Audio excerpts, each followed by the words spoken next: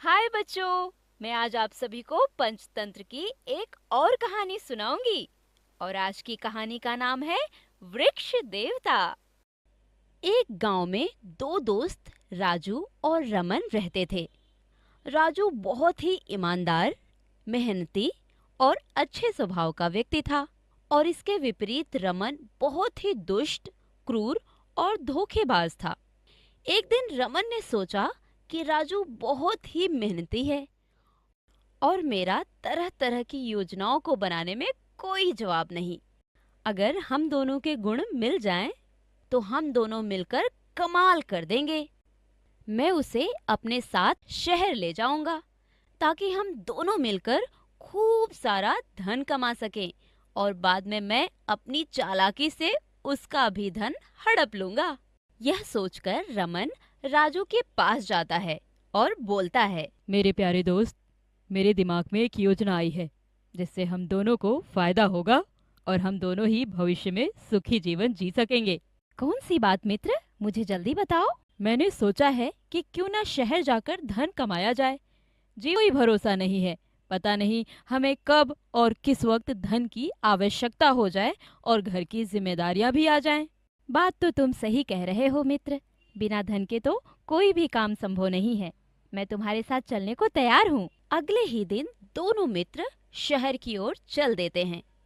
दोनों को ही शहर में एक सेठ के पास नौकरी मिल जाती है। काफी समय तक वह उसी सेठ के पास नौकरी करते हैं।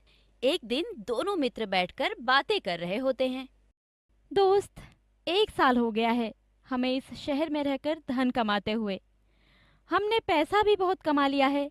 मेरा तो अब यह मानना है कि अब हमें अपने गांव लौट जाना चाहिए। हाँ, बात तो तुम सही कह रहे हो मित्र। हम कल ही अपने गांव वापस चलते हैं। मुझे भी गांव की बहुत याद आ रही है। अगले दिन सुबह दोनों मित्र अपना अपना धन लेकर गांव की ओर चलने लगते हैं।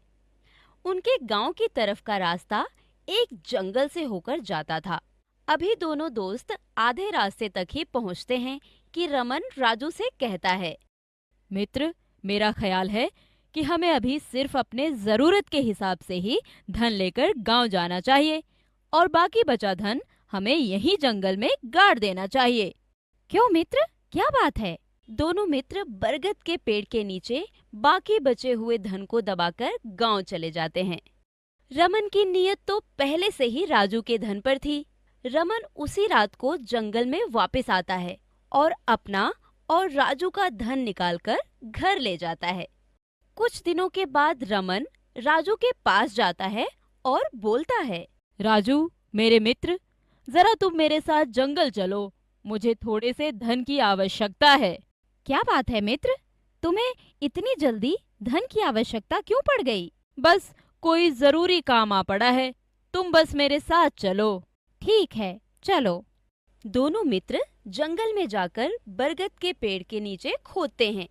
पर जैसे ही रमन गड्ढा खोदता है, वहाँ पर कुछ भी नहीं होता। रमन आश्चर्य से उछल पड़ता है और चिल्लाता है, अरे, हमारा धन कहाँ चला गया? किसी ने पहले ही खोदकर हमारा धन निकाल लिया। राजू, तुम ही चोर हो। तुमने ही मेरी सारी मेहनत की कमाई हड़प ली है। इस जगह के बारे में सिर्फ तुम्हें ही पता था। ये ये ये तुम क्या बोल रहे हो मित्र? मैंने पैसे नहीं लिए हैं, मेरा विश्वास करो। झूठ क्यों बोल रहे हो? तुमने ही सारा धन निकाला है। मुझे मेरे पैसे वापस करो, नहीं तो मैं इस मामले को पंचायत तक लेकर जाऊंगा। राजू ने अपने आप को सही साबित करने की बहुत कोशिश की, पर रमन अपनी बात पर अड़ा रहा और इस मामले को गांव की पंचायत तक लेकर चला गया। गांव की पंचायत का दृश्य। मुखिया जी, राजू ने मेरे पैसे चुराए हैं और अब यह मुकर रहा है। अब आप ही न्याय करें। नहीं नहीं मुखिया जी, मेरा विश्वास करें, मैं बेकसूर हूँ। मैंने कोई चोरी नहीं की है। तुम दोनों की बातें सुनकर तो इस मामले का फैसला करना थोड़ा मुश्किल लग रहा है, क्योंकि तुम दोनों के पास ही अपनी बातें सही साबित करने का ना कोई गवाह है और ना कोई प्रमाण। नहीं नहीं मुखिया जी, मेरे पास राजू की चोरी का गवाह भी है। मैं यूं ही नहीं चिल्ला रहा हूँ।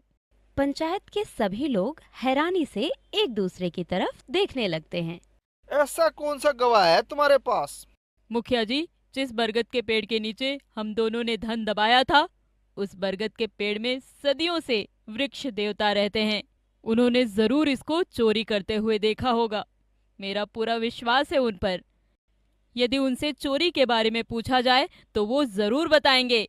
रमन की बात सुनकर मुखिया समझ जाते हैं कि यह कोई न कोई रमन की चाल है। वह सारे गांव के लोगों को लेकर उस जगह जाते हैं जहां पर रमन और राजू ने धन को गाड़ा था। वहां पर पहुंचकर मुखिया उस वृक्ष देवता से बोलते हैं। वृक्ष देवता जी, आप कृपा करके ये बताएं कि इन दोनों में से धन किसने चुराया है। अब सारा फैसला आपके ही हाथ में है। मुखिया के यह बोलते ही तुरंत ही पेड़ से आवाज आती है। यह सारी करतूत राजू की है, उसने ही धन चुराया है। पेड़ से आवाज सुनकर सभी गांव वाले हैरान हो जाते हैं। वह सब हैरानी से एक दूसरे की तरफ देखने लगते हैं। तभी मुखिया राजू को कुछ सूखी लकड़ियां इकट्ठी करने के लिए बोलता है और लकड़ियों को पेड़ के चारों तरफ इकट्ठा करने के लिए कहता है और फिर राजू को बोलता है। राजू, तुम अब ऐसा करो कि इन लकड़ियों में आग लगा दो। यह सब नजारा रमन खड़े खड़े देख रहा था। जैसे ही आग जलने लगती है, गांव के सभी लोग देखते हैं कि एक बूढ़ा सा आदमी खांसता हुआ पेड़ के खोखल से बाहर निकलकर भाग रहा है। वह बूढ़ा व्यक्ति कोई और नहीं, रमन का पिता होता है, जिसे रमन ने पेड़ की छाल में छिपा दिया था। तभी मुखिया हंसते हुए रमन को बोलता है। मैं तो तुम्हारी चालाकी पहले ही समझ गया था। मैंने ये सब नाटक इसलिए किया ताकि गांव वालों को तुम्हारी असलियत पता चल सके।